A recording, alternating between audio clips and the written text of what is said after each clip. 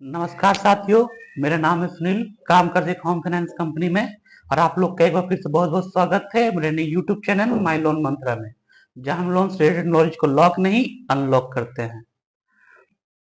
तो दोस्तों, मैं आज बात करूंगा डॉक्यूमेंट्स के बारे में कि जब भी आप एक लोन लेने जाते हो, चाहे वो होम लोन हो, पर्सनल लोन हो, या बिजनेस लोन हो, या ऑटो लोन हो, कोई भी लोन लेने जाते हो, तो आपको किस किस प्रकार के डॉक्यूमेंट जो है बैंक या एचएफसी आपसे डिमांड कर सकती है दोस्तों। तो दोस्तों, जो मेजर जो डॉक्यूमेंट होते हैं दोस्तों, वो 3 प्रकार के होते हैं। पहला होता है केवाईसी डॉक्यूमेंट, दूसरा होता है इनकम डॉक्यूमेंट, और तीसरा होता है दोस्तों प्रॉपर्टी डॉक्यूमेंट।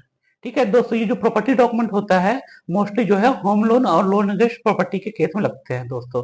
बाकी 2 डॉक्यूमेंट जो है आपको personal loan, auto loan, business loan, ये दोस्तों सारे में लगेंगे। ठीक है दोस्तों, तो पहले दोस्तों बात करते हैं केवाईसी डॉक्यूमेंट के बारे में। तो दोस्तों, केवाईसी डॉक्यूमेंट में आता क्या क्या है? तो देखो दोस्तों, केवाईसी डॉक्यूमेंट जो पहला चीज आता है, आजकल ना बहुत सारी कंपनियां क्या है कि डिजिटलाइज हो गई है। तो पहले कंपनियां आपसे ना पासपोर्ट साइज फोटो मांगती थी। ठीक है, तो वो भी आपको 2-3 पासपोर्ट साइज फोटो देना पड़ता था। एक पर company requirement, different different company की डिफरेंट डिफरेंट रिक्वायरमेंट होती थी। लेकिन अब बहुत सारी कंपनियां जो है डिजिटलाइज हो गई है। तो जो आपको वो लिंक भेजते हैं तो उसमें आपकी सेल्फी कैप्चर हो जाती है, तो दोस्तों उनकी वो रिक्वायरमेंट पूरी हो जाती है। अगर अभी भी कहीं भी किसी भी कंपनी में अगर ये फिजिकल चल रहा है, तो दोस्तों आपको ना 2 से 3 जो है पासपोर्ट साइज फोटो अपने साथ रखना पड़ेगा दोस्तों, लोन एप्लीकेशन के लिए। ठीक है दोस्तों, तो इसके बाद बढ़ते हैं आइडेंटिटी प्रूफ के बारे में। तो आइडेंटिटी डॉक्यूमेंट क्या क्या चाहिए आपको? Pan card, passport, driving licence, NREGA. ठीक है दोस्तों, अगर आपकी इनकम ली जा रही है दोस्तों, तो दोस्तों पैन कार्ड मैंडेटरी है। अब इसमें दोस्तों आता है एड्रेस प्रूफ का। तो एड्रेस प्रूफ में क्या क्या काम करेगा आपका? वोटर आईडी हो गया, आधार कार्ड हो गया, बिजली का बिल हो गया, अगर आप कहीं किराए पे रहते हैं दोस्तों तो वहां का रेंट एग्रीमेंट। ठीक है दोस्तों, ये आपको अपने साथ रखना अनिवार्य है। और दोस्तों, इसमें ना एक चीज आता है ओबीडी। ओबीडी दोस्तों होता है ऑफिशियल वेरीफाइड वैलिड डॉक्यूमेंट। ठीक है दोस्तों, ऑफिशियल वैलिड डॉक्यूमेंट, तो ये ना आप जहां रहते हो करंट में, उस करंट एड्रेस का होना चाहिए दोस्तों। ये बैंक एचएफसी सब आपसे डिमांड करती है, ये एक रेगुलेटरी नॉर्म से दोस्तों, ये मैंडेटरी आपको देना पड़ेगा। बहुत सारी कंपनियां क्या है कि आप जब फाइल लॉगिन करते हो उसमें देते नहीं हो, आपकी केस डिसबर्स हो जाता है, आपको लोन मिल जाता है, लेकिन ये पीडी रहता है। तो आपको ये पीडी के लिए फिर आपको ये डॉक्यूमेंट देना पड़ेगा, अन्यथा जो है बैंक जो है आपसे पीडी की पेनल्टी आप पे चार्ज कर सकती है दोस्तों।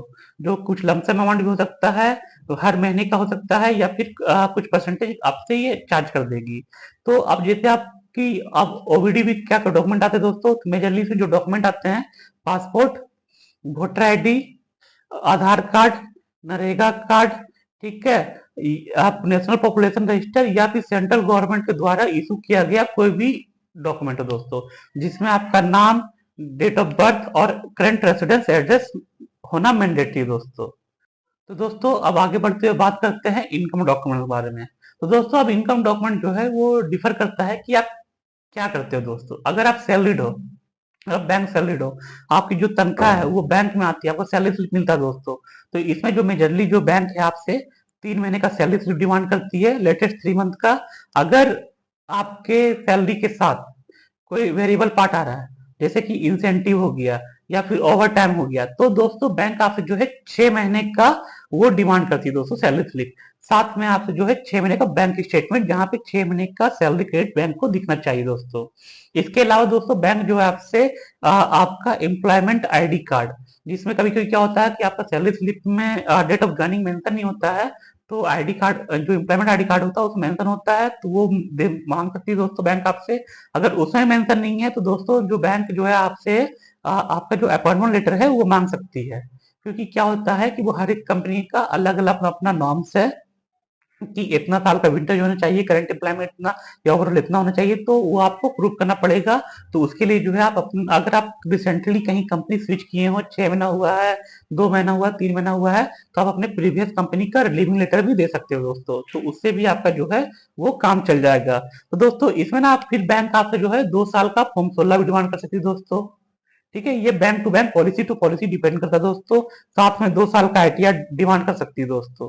तो मेजरली ये डॉक्यूमेंट होते हैं दोस्तों सैलरीड प्लस पर्सन के लिए। अगर आप कैश सैलरी दोस्तों, तो कैश सैलरी तो जहां भी आप जॉब कर रहे हैं, तो वहां का एक एम्प्लॉयमेंट सर्टिफिकेट चाहिए कि वो क्या आपको सैलरी देते हैं नहीं देते हैं, वो चाहिए, प्लस आपका 6 महीने का बैंक स्टेटमेंट दोस्तों। ठीक है दोस्तों। अब दोस्तों इसमें आगे बढ़ते हुए बात करते हैं कि जैसे कि आप सेल्फ एम्प्लॉयड है, ठीक है। सेल्फ एम्प्लॉयड के लिए क्या क्या मैंडेटरी डॉक्यूमेंट है? एक तो आपके पास होना चाहिए बिजनेस रजिस्ट्रेशन प्रूफ, कि जो आपका बिजनेस जो है किस नाम से है, आप कहाँ किस पे रजिस्टर्ड, जैसे जीएसटी हो गया, आधार उद्यम हो गया, ठीक है दोस्तों। तो ये आपके पास होना अनिवार्य है। अगर साथ में अगर आप जीएसटी फाइल करते हो दोस्तों, तो बैंक जो है आपसे साल भर का जीएसटीआर 3B, जीएसटीआर 1 वो कुछ नहीं मांग सकती दोस्तों, अपने अकॉर्डिंग वो मांग सकती है। अगर साथ में आपका जो अगर बिजनेस का करेंट अकाउंट है, तो वो भी जो है बैंक आपसे 6 महीने साल भर का as per the requirement demand कर सकती है। या साथ में अगर आपका करंट अकाउंट नहीं है, तो आपका सेविंग अकाउंट से भी दोस्तों काम चल जाएगा। साथ में फॉर्म 26A भी मांग सकती है अगर आपका कमीशन का काम है, ठीक है। जैसे अगर आप इंश्योरेंस एजेंट हैं या फिर आपको कहीं कमीशन वगैरह आता है, तो आपके जो फॉर्म 26A में दिखता है, तो वो भी आपसे डिमांड कर सकती है दोस्तों। और साथ में जो है बैंक आपसे पिछले 3 साल का आईटीआर मांग सकती है दोस्तों। आज आप ये जरूर ध्यान रखिएगा, जो पिछले 3 साल का आईटीआर है, आप दो आईटीआर के बीच में 6 महीने से ज्यादा का गैप होना अनिवार्य है दोस्तों, ठीक है दोस्तों। अगर आप सेल्फ एम्प्लॉयड है, सेल्फ एम्प्लॉयड प्रोफेशनल, एसईपी जिसको बोलते हैं दोस्तों, सेल्फ एम्प्लॉयड प्रोफेशनल, इसमें जो दोस्तों मैंडेटरी मोस्टली जो आते हैं वो तो सब डॉक्टर्स, इंजीनियर्स, ठीक है दोस्तों, सीएस ये सब को बोलते हैं सेल्फ एम्प्लॉयड प्रोफेशनल। तो दोस्तों इसमें तो सारे डॉक्यूमेंट सेम रहते हैं जो आपको एसएनपी में देने पड़ते हैं। सेल्फ एम्प्लॉयड नॉन प्रोफेशनल में इसमें सिर्फ एक और डॉक्यूमेंट दोस्तों जुड़ जाता है, जो कि आपका होता है प्रोफेशनल डिग्री, कि आपको प्रूव करना पड़ता कि जी हाँ, मैं ये कोर्स किया हुआ हूँ, मैं एमबीबीएस हूँ, या मैं सीए हूँ, मैं सीएस हूँ। तो वो डिग्री बैंक आपसे डिमांड कर सकती है दोस्तों। अब दोस्तों मैं प्रॉपर्टी डॉक्यूमेंट्स की तरफ बढ़ूंगा, लेकिन उससे पहले मैं आपको एक और डॉक्यूमेंट के बारे में बता देता हूँ दोस्तों, जिसको ना मैं अदर डॉक्यूमेंट की कैटेगरी में रखता हूँ।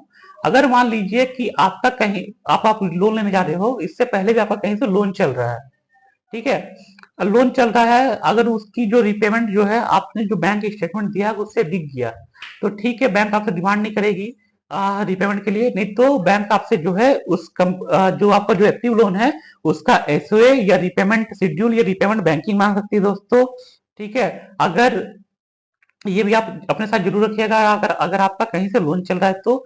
अगर दोस्तों मान लीजिए कि आपका जॉब भी है या फिर बिजनेस है, बिजनेस के साथ आपका एक अलग इनकम है, रेंटल इनकम है दोस्तों, तो उसके लिए भी जो है बैंक आपसे जो है रेंट एग्रीमेंट मांग सकती है दोस्तों, तो वो भी अपने साथ आप तैयार रखिएगा। बहुत बार क्या होती है, बैंक को आपकी एलिजिबिलिटी बनाने में दिक्कत आती है। जैसे आपका लोन ज्यादा चल रहा हो, इनकम कम पड़ रहा हो, तो रेंटल इनकम वगैरह भी लोग बोलते हैं कि कंसिडर कर लो, तो वो बैंक फिर आपसे जो है रेंट एग्रीमेंट डिमांड करती है दोस्तों, तो इसको भी आप पहले से अपने साथ जरूर रखिएगा। तो दोस्तों अब आगे बढ़ते हुए बात करते हैं जो तीसरा मोस्ट इंपोर्टेंट डॉक्यूमेंट है दोस्तों, प्रॉपर्टी डॉक्यूमेंट।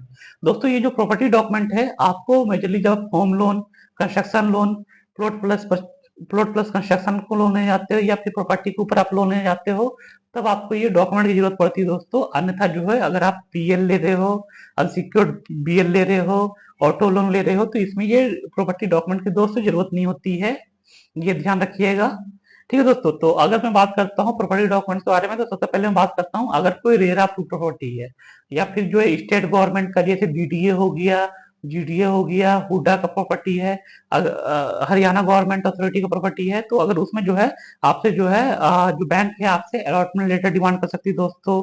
अगर रेरा का प्रॉपर्टी है तो builder by agreement RERA ID मांग सकती है दोस्तों, जिससे जो है वो रेरा साइट पे जाके उस प्रोजेक्ट का जो है पूरा डिटेल्स निकाल सके कि क्या क्या प्रॉपर्टी चेन है, कितने टावर्स बन रहे हैं, एक टावर्स में कितने यूनिट्स हैं, कितने फ्लैट्स हैं। तो दोस्तों ये डिमांड कर सकती है दोस्तों, तो ये भी अपने साथ आप जरूर रखें, ठीक है दोस्तों। अगर ये रेरा प्रॉपर्टी नहीं है, अगर फ्री होल्ड प्रॉपर्टी ले रहे हो आप दोस्तों, अगर फ्री होल्ड प्रॉपर्टी ले रहे हो, तो सबसे पहले आप अपना एटीए जरूर बनवाए, इसको बोलते हैं एग्रीमेंट टू सेल, बैनामा।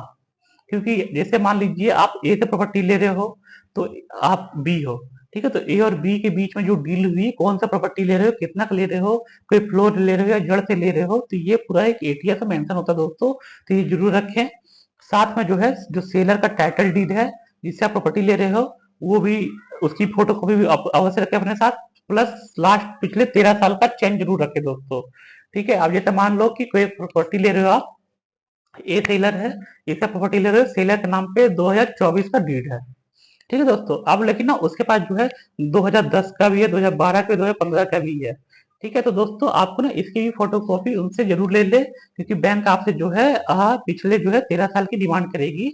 अगर वो पिछले 50 साल से ही पूरा जड़ से वित्त आ रहा है, जड़ से ही ले रहे हो दोस्तों, तो ध्यान रखिएगा दोस्तों कि बैंक आपको पिछले 50 साल का भी चेन डॉक्यूमेंट डिमांड कर सकती है। इसके साथ ही अगर आपका गाजियाबाद प्रॉपर्टी है या कहीं फरीदाबाद प्रॉपर्टी हो, तो मुतेसन इंतकाल जमाबंदी दोस्तों आपसे ये डिमांड कर सकती है। साथ में जो प्रॉपर्टी ले रहे हो, प्रॉपर्टी का बिजली का बिल, हाउस टैक्स, पानी के बिल दोस्तों ये जरूर रखें अपने साथ। अगर आपका जो है कंस्ट्रक्शन का केस है, ठीक है दोस्तों, अगर आपके पास पहले से प्लॉट है, आप उसमें कंस्ट्रक्शन कराना चाहते हो, तो कंस्ट्रक्शन के लिए दोस्तों एक तो आपका जो प्रॉपर्टी पेपर है वो तो आएगा ही, पिछले 13 साल का जो चैन है जितना ओरिजिनल है वो भी आपसे बैंक डिमांड करेगी at the time of loan disbursal. साथ में जो है आपको एक एस्टिमेट देना पड़ेगा, साथ में फ्लोर प्लान देना पड़ेगा। फ्लोर प्लान दोस्तों ये बताती है कि आप कितने मंजिल के मकान बनाओगे, किस किस तरह बनाओगे, और एस्टिमेट दोस्तों ये बताती है कि आप जो मकान बनाओगे, मान लो G+1 बना रहे हो, तो G+1 मकान बनाने में कितना खर्चा आएगा आपको दोस्तों। तो ये भी जो है बैंक आपसे डिमांड करती है दोस्तों। ठीक है, अगर इसमें आप T+C ले रहे हो, मतलब कि प्लॉट पहले ले हुए फिर कंस्ट्रक्शन कराओ दोस्तों इसमें, तो जो मैंने आपको बताया कि जो फ्री होल्ड में जिले लगता है एटीएस हो गया, पिछले 13 साल का चैन हो गया, तो दोस्तों वो सब सारे डॉक्यूमेंट आएंगे। साथ में इसमें एस्टिमेट और फ्लोर प्लान भी आएगा दोस्तों। ठीक है दोस्तों, इसमें जो बैंक जो है पहले आपको प्लॉट परचेस करने के लिए पैसे देगी। जब आप प्लॉट परचेस कर लोगे तो वो जो टाइटल डीड है वो बैंक के पास जमा हो जाएगी। उसके बाद जो है आपको बैंक जो है ट्रांच बाय ट्रांच जो है कंस्ट्रक्शन करने के लिए दोस्तों पैसे देते हैं। ठीक है दोस्तों, अगर आप कहीं से लैप कर रहे हो, अगर आपको लैप लेना लोन अगेंस्ट प्रॉपर्टी, ठीक है, आपके पास अपना प्रॉपर्टी है, बना बनाया प्रॉपर्टी फिनिश है, आपको पैसा चाहिए, बिजनेस के यूज के लिए चाहिए, वर्किंग कैपिटल के लिए चाहिए, या फिर घर में शादी उसी के चाहिए, तो उसके लिए दोस्तों जो है बैंक जो है आपसे पिछले एक तो जो आपकी टाइटल डीड वो डिमांड करेगी ओरिजिनल में एट टाइम ऑफ डिसबर्सल। उससे पहले जो आपको फोटो कॉपी देना पड़ेगा पिछले 13 साल का भी, और साथ में जो है आपको बिजली का बिल, पानी का बिल, हाउस टैक्स दोस्तों ये भी देना पड़ेगा। अगर आप कहीं से अपना लोन बीटी करा रहे हो दोस्तों, बैलेंस ट्रांसफर, चाहे होम लोन का बीटी हो या लैब का बीटी हो, तो दोस्तों इसमें जो है बैंक आपसे 3 डॉक्यूमेंट एडिशनली डिमांड करती है।